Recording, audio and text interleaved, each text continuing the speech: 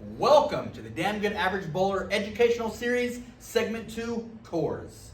I'm your host, Dustin Capps. With me as always is our pillar of knowledge, our local pro and CEO of DGAV himself, Coach Michael Price. Coach, how you doing, brother? Doing good. How about you, sir? I am doing great. So, I see a lot of cool stuff on the table here. Coach, why don't you tell us what we're looking at? So we're looking at 3 different types of cores, also known as weight blocks or the engine to the bowling ball. Right here we have the pancake weight block, which is very common in bowling balls like the Columbia 300 White Dot, the Ebonite Maxim, and the Brunswick T-Zone. Here we're looking at a symmetrical core, which is a wide variety of cover stocks, urethane, and reactive resin. And our final core here is a asymmetrical weight block. This gets a little bit more technical as we advance into this educational segment. Okay, and so coming in from segment 1 to segment 2, how do they coincide with each other? So we talked about cover stocks in the first segment. What that is, tire tread. If you remember that, if not, go back and view our first segment pertaining to cover stocks. But the way that is, you have your tire tread, you need an engine to go with the tires, and this is where the weight blocks come into play. I really like that. We got the engine block now to the tires, because as we talked about, as Coach said in segment 1, is the overall bowler profile, which we're doing each segment to give you a piece of that pie to a great automobile and a great bowling game. So, Coach, let's start back with and talk specifics on the first one here. So what is this type of core going to be used for? Who's looking at this? So all bowlers can have a plastic polyester cover stock. They're mainly used for shooting the 10 pin if you're a right-hander, or a 7 pin if you're a lefty. Also, if you're bowling on challenge patterns, pro patterns, or sport patterns, a lot of people are going to recommend that you have a plastic polyester cover stock bowling ball to roll straight at every spare shot.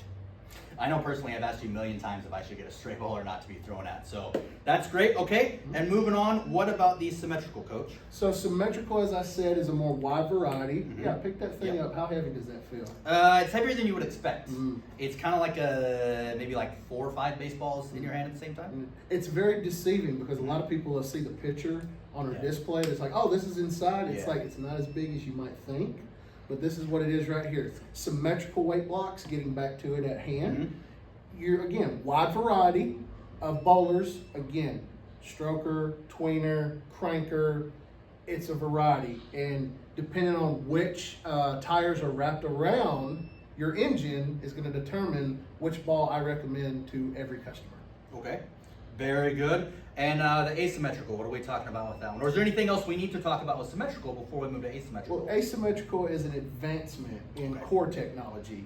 So the purpose behind asymmetric is there were bowlers that were complaining about not getting their hits, leaving a lot of 10 pins, 7 pins if you're a lefty, so on and so forth. But you can tell right here, there's a major difference. Yes. You got that in both, like I said, both your hands. It feels heavier in one of the hands versus the other one. Oh, sure, yeah, absolutely. And what that is when we cut this in half, the core has more mass on one side than the other. This is pertaining to being able to manipulate ball reaction in a sense, depending on the style of bowler that we're dealing with. And which style do you think this might go to? More times than not, we're going to recommend an asymmetrical core to a stroker or low rev player. Okay. Because they need the engine to help them. That's with the proper set of tires like the cover stock and a good engine in there, a lower rev player is going to be able to get that hot rod of a car, bowler profile back into the pocket. Absolutely. Okay. And from what you've told us about the symmetrical and asymmetrical, I love this, is so cool looking. I'm going to take a guess that this is a symmetrical core. Dustin, I would almost think that you have the right pro shop operator. You would think so, huh? Yes, indeed. We are very spoiled with you as a coach and a pro shop guy. I think you know that. But, so, we thank everybody for joining us today to talk about segment 2 of cores of the Damn Good Average Bowler Educational Series. We will see you next time for segment 3.